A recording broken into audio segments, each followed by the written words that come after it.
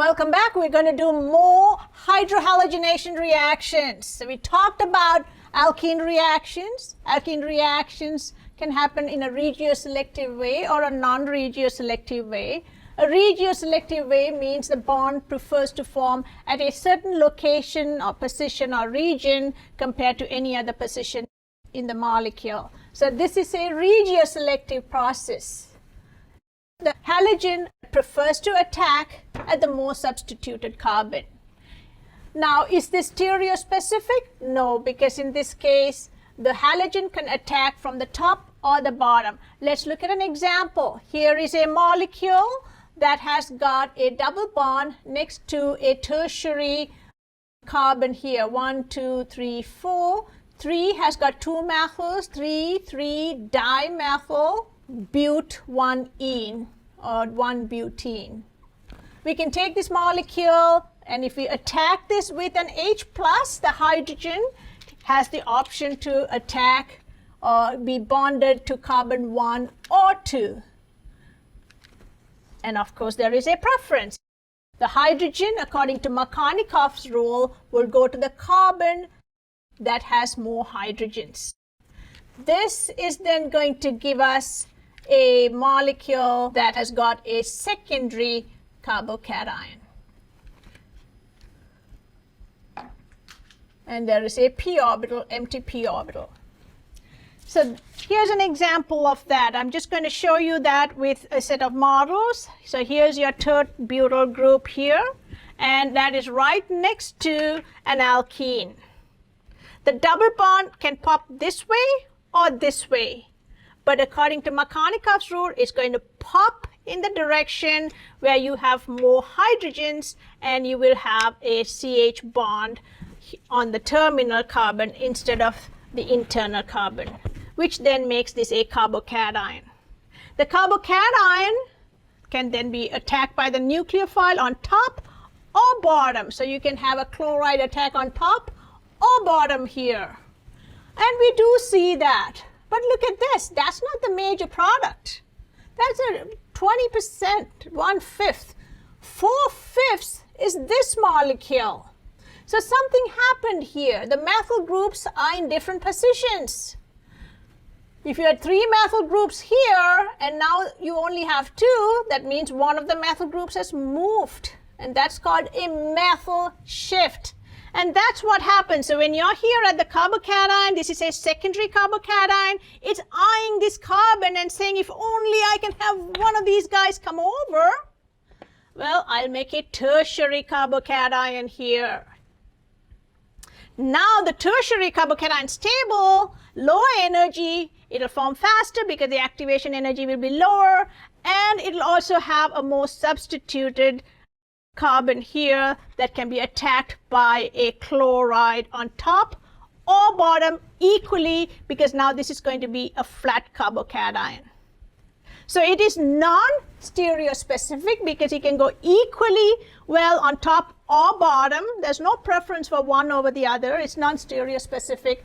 However, it is regiospecific because you're forming a secondary, or in this case with a rearrangement tertiary, when you attack and rearrange. So there is a selectivity for where it forms, so it is regioselective.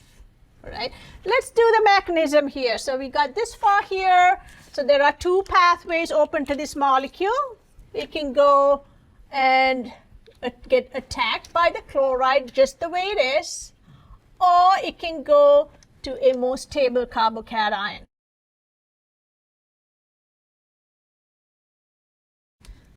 All right, so I'm going to draw this out again. So here's your hydrogen that attacked and created a positive charge here, and the same here, just to show you that there are 2 pathways here.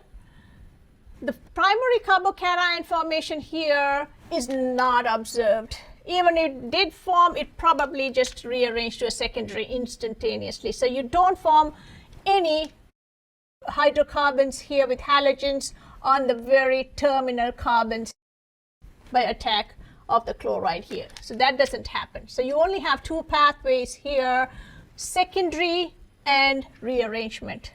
This can then be attacked by the chloride And the chloride can attack in two ways. It can attack on top and go into the top lobe, or it can attack on the bottom. So when you have a top attack, it is going to go in and make a bond with that carbon above the plane. And if there is a bottom attack, that would form a bond with the carbon on the plane below. So you would have a dashed line here. And I'm just going to put over here, top attack is A, bottom attack is B. This is a chiral center, so it does really matter whether it goes on top or bottom.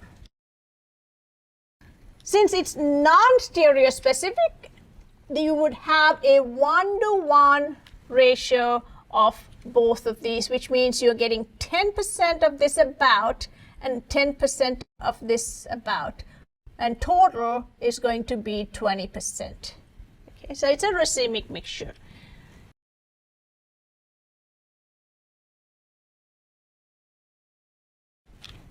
The second pathway here is when you have a methyl group roll up its sleeping bag and tent and the whole thing and shift to the next campsite here. All right, so you are going to get a rearrangement. And I'm just going to show you that while this sigma bond breaks, the other one forms. So it's not like this methyl group leaves and goes on a tour and then comes back. It's the whole time here is just walking over to the other place. So here's your CH3 here. And well, since you have a positive, it's going to be distributed around here. And now you would have this carbon coming off of there. Remember, there's also a hydrogen here, which we are really not drawing out, but it is there the entire time. Now, that's just a transition state because I am showing you bonds breaking and bonds forming at the same time. Now it moves over, roll over carbon, and make way for the great chloride. So then the chloride comes tumbling in, and then it attacks the carbocation that's formed here. So you have a plus here because the carbon moved over here. And so now you'll have your methyl move over and give you a carbocation there.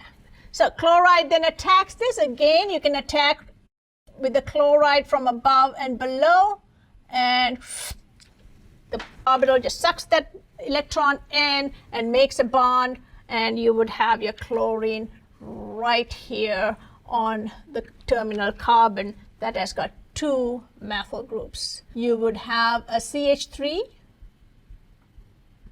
and another CH3 here, which is this part, and you are going to have a chlorine right here.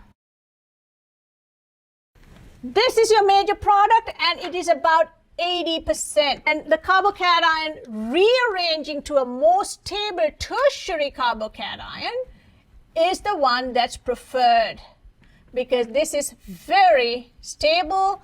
That means you have lower energy, and therefore your activation energy is also lower, and it forms faster. You also have a delta G that is lower. Again, here's a molecule where you have an alkene that's asymmetric. So you can form a carbocation either here on the more substituted carbon or the less substituted carbon.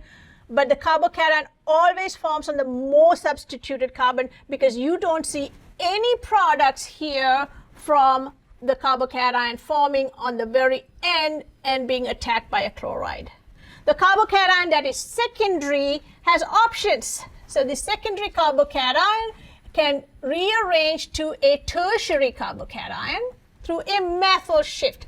This is again a 1-2 methyl shift. It shifts with the electrons. And then now you have a tertiary carbocation that can be attacked to give you a tertiary alkyl halide here. The top here can be attacked from above and below. In this case, since they're chiral, you will get two enantiomers. they are going to be in a 1-to-1 ratio because it's a non-stereospecific reaction. It is regiospecific because you always form the most stable carbocation and not the less stable carbocation. And that is also following Markovnikov's rule. All right, so here's a really nice example of a regioselective Markovnikov non-stereospecific reaction. Let's look at another one. You're adding HI or HBr, and that is going to have the bromine go right here and not here. I mean, why is that? Because if you look at it, both these have the same number of hydrogens on them. So don't you think it's only fair that bromide can attack here and here in equal amounts?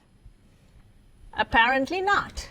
Let's look at why this position is preferred over this for the carbocation, because once you form the carbocation, that's when the bromide can attack. So let's draw it out. So here you're going to have the pi bond, which is the nucleophile. This is your nucleophile. Just like over here, this is your nucleophile, and the H plus is your electrophile. This goes over, catches your H plus. The bromide then leaves. Now you can have the hydrogen either attached to this carbon or this carbon. Let's see why it prefers to attach to the carbon that is further away from the ring. So here you're putting the hydrogen over and putting your carbocation here. Why is this so much better than this, where you have your carbocation away from you and your hydrogen on the carbon that's next to the ring? Why is this so much better?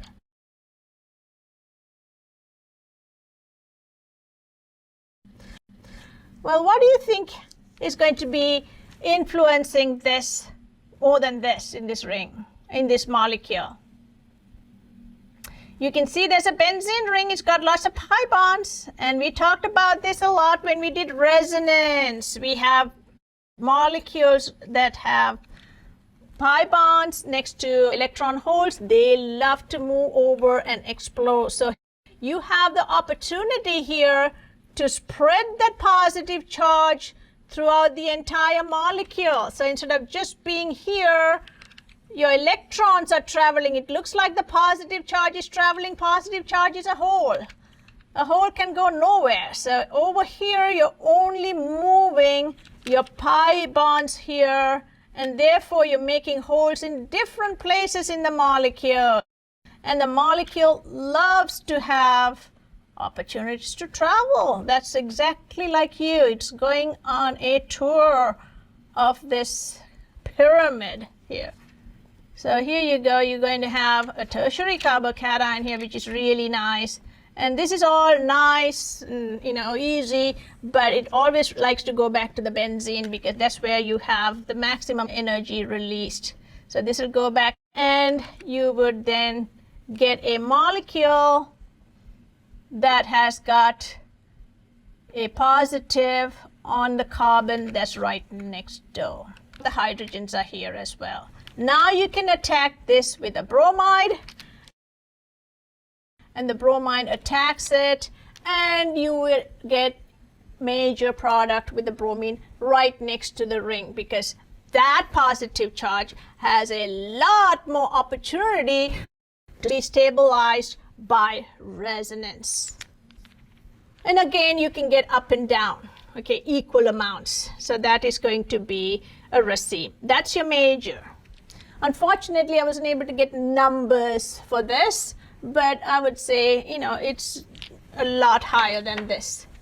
Now, if you take this molecule here, there is a positive charge, but here are hydrogens here right next to it.